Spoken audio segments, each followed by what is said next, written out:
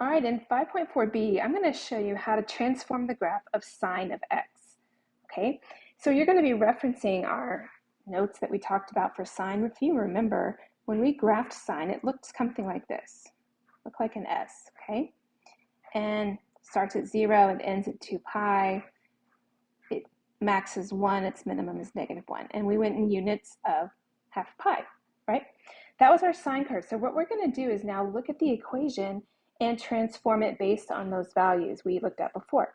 Let me remind you of that equation. It looked like this. Y equals A sine, and it looked like this. B x minus c plus d.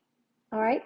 So we're going to be identifying the values A, B, C, D, and using the other formula that I showed you to find our new point. So what we're going to do is going to do 1 over b times our x value plus c. That's for the x, and then we'll do y times a plus d. Okay? Or a times y plus d, however you want to phrase it. I think I'm on that page, I did a times y. But you can see a, b, c, d have their places and what they affect. So again, stop and look. B and C affect our x-coordinate, A and D affects the y-coordinate. So we're going to be referencing those key points the whole time. That's why you're memorizing them. So notice that there's all these things you got to do at the end. Amplitude, range, domain, all the stuff. We'll come back to those in a moment. I want to just get you started. Let's look at number 1 here. Now, first thing you're going to do on each of these is write out our key points. So our key points from sine, from the unit circle, starts at 0, 0. Then we went to pi over 2, 1, pi, 0, 3 pi over 2, -1, and at 2 pi, 0. Now, if you don't remember where this came from, it's straight from the unit circle, and you can look at the previous video for how I walked you through that. Now what we're going to do is apply our formula. Okay, we're going to apply this guy. Let's look at our equation, though. We need to identify those key elements. Okay, A in this equation is 1/2. B is just a 1. It's not 0, it's 1. Now, C is not there, so it's 0, and D is not there, it's 0. So you don't really have to write those two, but I would want you to write A and B for now. Now I'm going to figure out, okay, how does this apply to my equation? So when I do this, I'm going to say, okay, it's 1 over 1 times x plus 0, A times y, so 1/2 y plus 0. So if I clean that up, what's really happening? X is not changing, is it?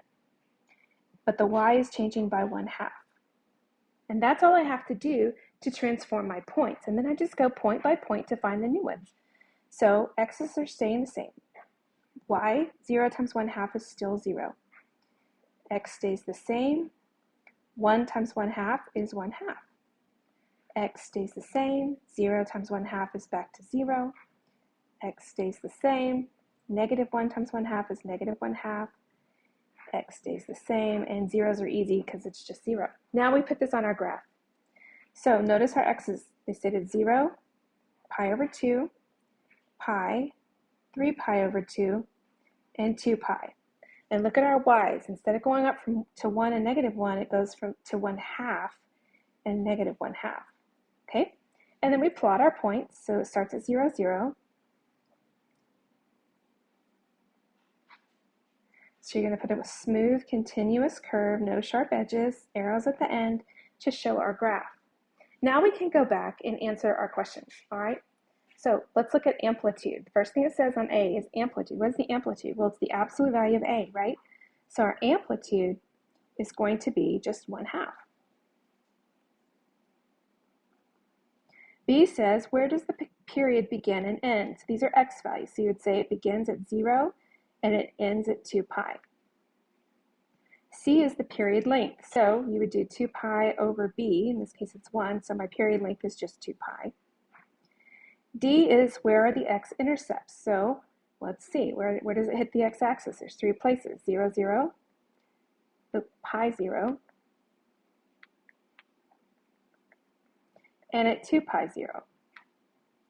All right, E, maximum occurs at what x value? So my maximum happens right here. So that's at pi over 2, 1/2.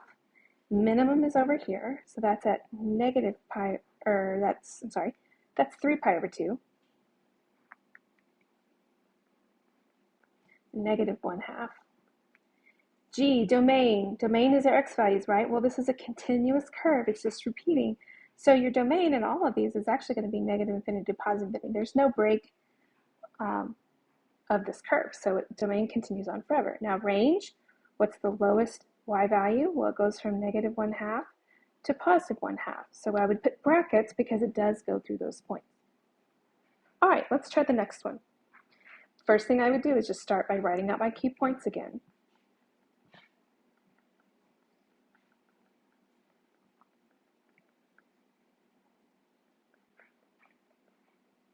That is our starting point. Now come back to our equation and let's see what we know. We know A is 2, B is 1, right? There's no C, there's no D, so we're good.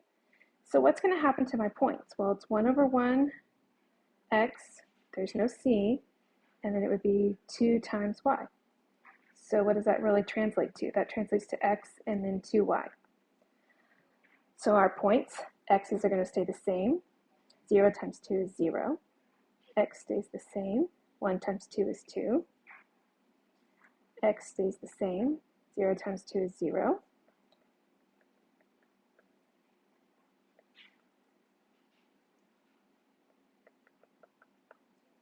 Okay, so there's my new points. So what did it do? It just changed my amplitude, didn't it? Just changed the amplitude. So my points are going to still be at 0, pi over 2. Yes, you need to label these each time because it's not always the same. Look at my y-axis. Instead of going to 1, I need to go to 2 now, and negative 2. So at 0, 0, then it's going to jump all the way to 2. So it's stretching out what we normally would have as our sine curve. They look very similar though, don't they? Okay, let's answer our questions. A was for amplitude. What is this distance right here? It's the absolute value, so it would be a 2. B is where does the period begin and end? Well, there was no change in the period length. It stayed at 2 pi, so it would begin where x is 0 and end where x is 2 pi. B is 1, so 2 pi divided by 1 is just 2 pi. X-intercepts, 0, 0, pi 0, and then 2 pi 0. Maximum happens at 2, so pi over 2, 2. The minimum is at 3 pi over 2, negative 2. D is domain. It's continuous curve, so it's going to be negative infinity to positive infinity. And then H is for the range. What's the lowest y value? Negative 2 to positive 2. Okay, let's try the next one. Feel free to pause the video and try the next one on your own. This one does involve a B value, so it's going to be a little different. Let's just look at this. A in this case is 1, B in this case is 1/2, C is 0, D is 0. So let's put in our key points.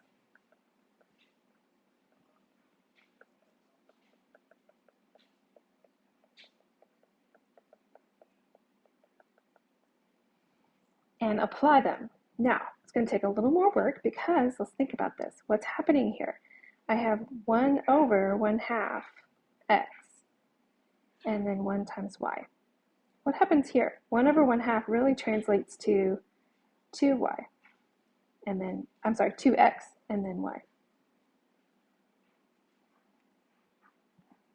And then y stays the same because we keep it, change it, flip it, right?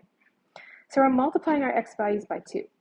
So it's not as bad as it looks, but let's do this. So multiply our x values by 2, and I would get 0.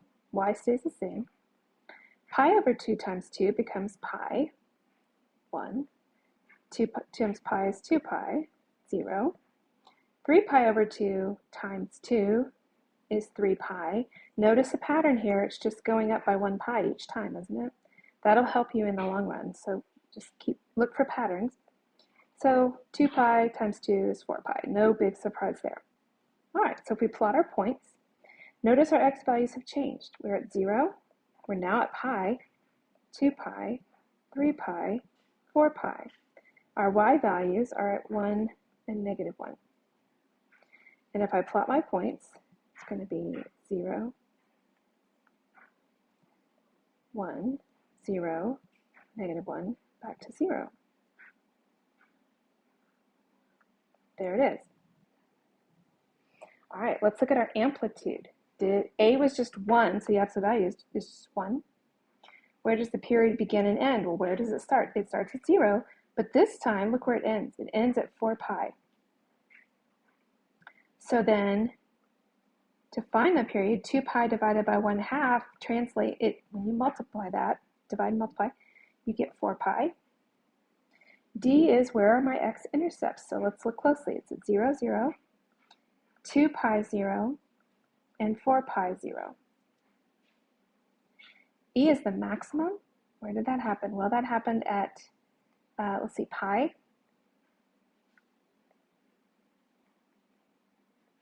One. And the minimum happened at 3 pi, -1. Domain, it's a continuous curve, no interruptions, so it's all real numbers. And then the range, the lowest is -1, the highest is +1, and then we have it. Let's try the next side. Okay, we're going to start compounding multiple things going on. And it'll get a little tricky, but we can handle this. So let's look at this. A in this case is -2, isn't it? B is 6. C is still 0. D is still 0. We'll get to those later. Let's do our key points. 0, 0. Pi over 2, 1. Pi, 0. 3 pi over 2, -1. And then 2 pi, 0. Now let's think about the equation here. What are we going to have to do? Well, we're going to have to do 1 over b, 1/6 times x. There's no c, so that's good to go. And then -2 times y. There's no way to make that prettier. So it's 1 over b times x, -2y. All right. So let's do, you can choose to do your x's first and your y's first or whatever. Let's just do the fraction first. Let's just get this out of the way, right? So 0 times 1/6 is still 0. 1/2, or pi over 2 times 1/6 is just going to be pi over 12. Looks gross, but we can handle this. Pi over 6 is pi divided by 6 is pi over 6. 3 pi over 2 times pi over 6 is 3 pi over 12. Let's think about this. 3 pi over 12, which reduces to what, pi over 4?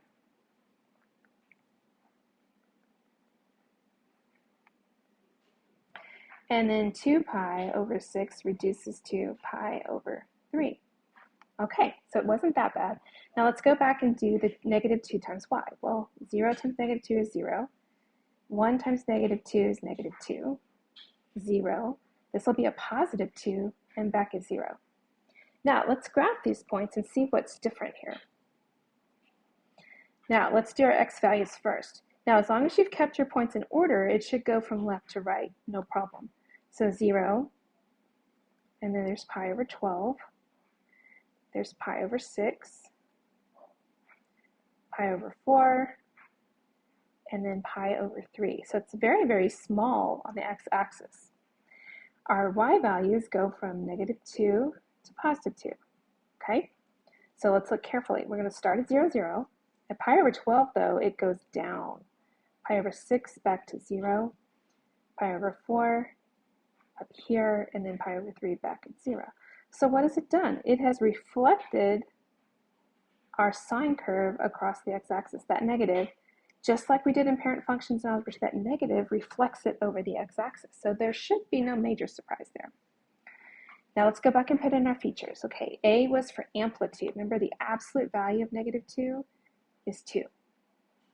B is where does the period begin and end? So x is 0, it starts at 0, but it ends at pi over 3, so be careful. C is the period, so it's 2 pi divided by, what was B? 6. If that reduces, and it does, it should make sense that it goes to pi over 3. D is the x-intercepts, so let's see, 0, 0, pi over 6, 0, and pi over 3, 0. E is for the maximum. That happens right here at pi over 4, 2. The minimum occurs at pi over 12, negative 2. And then G is domain, so it's continuous, so negative infinity to positive infinity. And then H is range, so negative 2 to positive 2. All right? Now, let's look at the next one. Now, I want you to look at this with me because it is dealing with the C value. So A is 1, B is 1. That's all fine and dandy. Now, C is something different now. So I want to pause and just kind of give you a little heads up on this when you see it, okay? What you have to keep in mind is the old equation that they gave us before, okay? Let's look at this. It said y equals a sine b x minus c, right, plus d. So it's an x minus c. It's x minus the value of c. So just like we did in parent functions, remember when there was a c value, it went opposite your logic? And this is exactly why, because it's minus the quantity of c. So if I'm subtracting the quantity of c and I end up with a positive, that means that c is actually a negative pi over 4. So you just have to remember to change your sign when you apply this. So again, let's do our parent points. Start with what we know. Oops, that's a 1.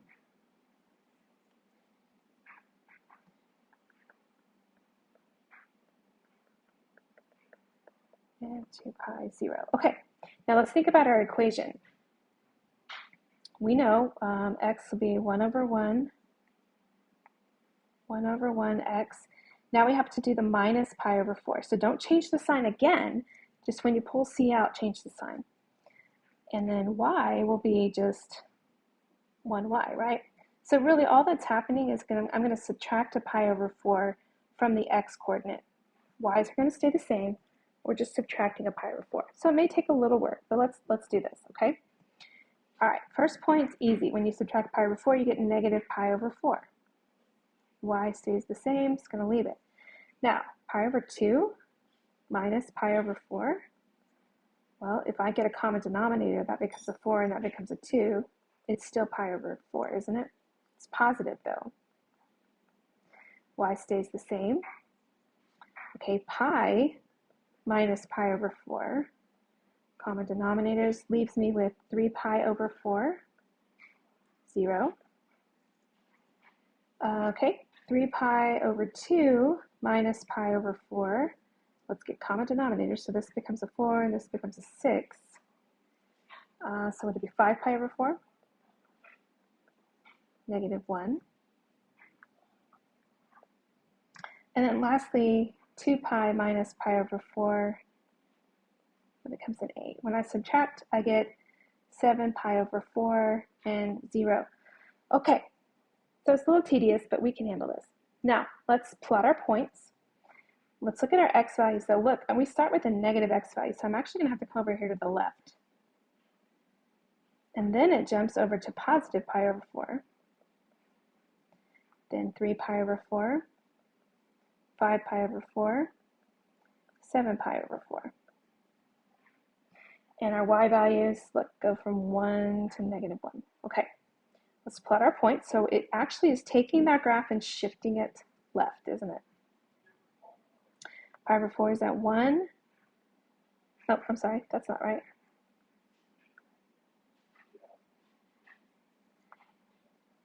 Pi over 4 is all the way at 1. 3 pi over 4 is at 0. 5 pi over 4 is down at negative 1. And then 7 pi over 4 is back to 0. So as I connect my dots with a continuous rounded curve and arrows, I can see that it took my sine graph and just shifted it left, which back parent function days, wouldn't that be what a plus does in that place in the equation? Hopefully this is connecting back to what you know. All right, again, A is the amplitude. Well, it's the absolute value of 1, so it's just 1. B is where does this begin, the period begin and end? Well, it begins at negative pi over 4, and it ends at 7 pi over 4. So the period is going to be, what, 2 pi over B? Well, that's just 2 pi. And hopefully that makes sense, because if you look at this, the difference between these two is 8 pi, isn't it? 8 pi over 4, which is 2 pi. D was for what are the x-intercepts? So we have 3 of them at negative pi over 4, 0, 3 pi over 4, 0, and then 7 pi over 4, 0. E is for the maximum. It happens at positive pi over 4, 1. F is for the minimum. It happens at 5 pi over 4, negative 1. G is domain, continuous curve, so it's all real numbers. And H is range, high point, low point, so it goes negative 1 to positive 1. Okay? All right, now number 6, I would encourage you to try this on your own, pause the video, try this on your own, and see how you do. And then come back and see how I did it, see how close you got, okay? There are a lot of things going on, so let's look. A is 2/3, B is just 1, so that's great. C, however, is a positive pi, don't forget to change your sign, and then D is a 2. Okay, so you have a lot to apply to this equation. So pause the video, try it yourself, see how far you get, and then check your answers when you're done. Okay, so if you're hanging on with me, let's think through our equation. It's 1 over b times x plus whatever c is, so it's plus pi. And then a times y plus d. Okay, lots going on here. So maybe just start with our x values. Let's just do our x values. We're just adding pi to each of our x values. So let's do this. Okay, so 0 plus pi is pi. Pi over 2 plus another pi. 1 pi is 2 pi over 2, right? So that would be 3 pi over 2. Pi plus pi is 2 pi. 3 pi over 2 plus a pi would make it 5 pi over 2. 2 pi plus a pi would be a 3 pi. Okay, now let's do our y values. Okay, again, we got some fractions, but we can handle this. So 2/3 y, so 2/3 times 0 is 0, plus 2 is 2. 1 times 2/3 is 2/3, plus 2, which would be how many thirds? 6/3, gives me 8/3. Okay, back here at 0, that's really friendly. We can just keep it at 2. We know this one's going to be a 2 also because it's 0. Now this one will be 2/3. This would be negative 2/3 plus 2, which would make this what? 4/3. All right, look, we did it. We got it. Now let's just graph our points. Our x values, notice, start at pi, and they basically go by half pi. So this is 3 pi over 2, 2 pi, 5 pi over 2, 3 pi. Our y values, look at this. 2, let's see.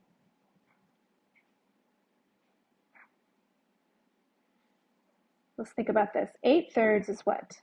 2 and 2/3. And then 4/3 is 1 and 1/3. Okay, so we're going to have somewhere between 1 and 1/3 and 1. So here's 1, here's 2. Oops, I need to give some space for 2/3, don't I? Okay, so here's 2, here's 3. All right, we're going to eyeball this. So at pi, it starts at 2. At 3 pi over 2, it's 8 over 3, which is 2 and 2/3, so it's not quite at 3. Back to 2, 1 and 1/3, right? It's barely changing, isn't it? And it's coming back to 2. So look what it did. It took our sine curve and just kind of vertically shrunk it, right? And I want you to notice it changed our midline up here to y equals 2. The midline has changed. So what is the amplitude? The amplitude is the absolute value of A, so it's 2/3. B is where does the period start and end? It starts at pi. It ends at 3 pi. What's the period? Well, 2 pi divided by b, which is just 1, is still 2 pi. And if you notice, that is the difference of these two, so it makes a little sense. D is, where does it touch the x-axis? Well, it doesn't, so you would just say none. There are no x-intercepts. E is the maximum. Okay, the maximum occurs at 3 pi over 2 and what, 8/3? The minimum happens at 5 pi over 2 and 1 and 4/3, or 1 and 1/3, however you want to write it. D is domain. Again, there's no break. And then H is range. So it's going to go from 4/3 all the way to 8/3. There's really not a lot of change in the Y in the range, is there? Okay, hopefully you're getting this and you did okay on your own. Let me know what questions you have when you get to class. Good luck.